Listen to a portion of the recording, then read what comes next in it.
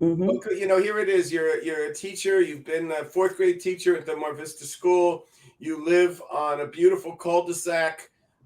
You're in an area that would never be mistaken for anything other than a just nice suburban neighborhood. It makes me almost think like Fred Rogers. It's a beautiful day in the neighborhood. But what's going on with your beautiful day in your neighborhood these days? Yes, it always was a beautiful neighborhood. I grew up here. I've been here since the 50s, and I went to Mar Vista Elementary, and I would go to Mar Vista Park, and my children went to Mar Vista Elementary and Mar Vista Park for sports. So I've been here a really long time, and it has been an amazing community. That's why after I got married, I came back into the neighborhood to raise my children. And in the last 2 years, 2.5 years, there have been homeless encampment growing right behind my home at the end of a cul-de-sac where my fence divides me from the park. It's been great to have the park right behind me until the encampment started up, which was about 2 years ago. It was pre-pandemic. It was, I think, 2019, early summer 2019 was my first indication of people living behind my home. And Pete, if you could show the picture, the wide shot of what it looks like butted against the fence there. So that's what we're talking about. That is what's behind your home. That's behind my home. That fence area divides my home. That's my property line from the park, which has always been lush and beautiful. And there's baseball fields and tennis courts, and people would be walking their dogs. And now it looks like that. How did the word get out that this was the place to go? That's a great question. I don't know originally what happened. I just know that I sometimes hear that some of the people from Venice are moving here when they're pushed out, but I don't know if that's accurate because it's been a big problem for a long time. In fact, I only learned about it because I was having a party in the backyard and I had some friends that said, you have people living back there. I said, you're crazy. That's impossible. No.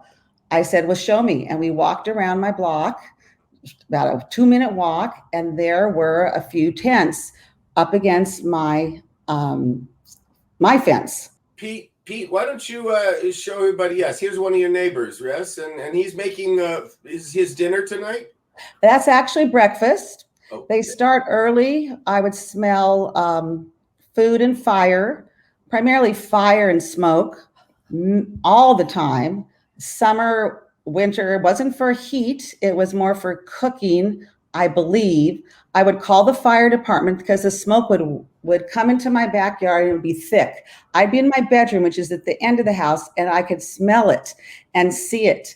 And I started calling the fire department a lot last summer. I figured if I kept calling them, maybe someone would do something. And the police I would call. It didn't go well. After a couple of calls, actually the fire captain scolded me for kind of taking them away from other important fires.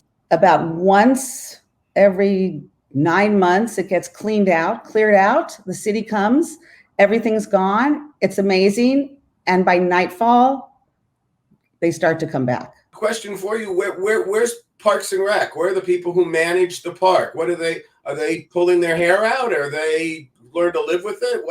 Where were they at? When I first started going over there and calling them, the park office, they would tell me to call the police and put in reports or the fire department, which I did. And then it went nowhere. They were frustrated too, but they did not go over there or do anything in the early days. As time went on, I don't know what was happening, but they don't patrol it. Nobody goes over there. Only during the cleanup. Like I was awakened one morning to everybody out in 5 minutes. And then I looked over my fence and there I saw all tractors and dumpsters and wreck and park cars, little trucks, and men in uniform, and they were clearing it out. That was the only time I saw activity that was park for the safety of our park. But when the pandemic hit, I was also told by the police and fire that they have more rights now. Now you can't do anything. They can't put them in shelters because the shelters, they'd be too close together, yet they could be side by side next to me. My fence, I'm only a few yards from them, but they could be there and they couldn't enforce them going anywhere. So that was really the impact of COVID, is that it meant that for a year at least, and who knows how long, there was a hands-off policy with the municipality. Yes, safety. It was, they were safely there, and not for us. Recently, been so happy that the neighborhood is starting to see it and is on, we're all on the same side with this and wanting it to be a park for our community and the people safely living somewhere appropriate, not against my fence. And it grew from one end of my fence all the way to other neighbors. Other neighbors have it too against their fence, and they're fit to be tied as well. It's just an ongoing nightmare of mine.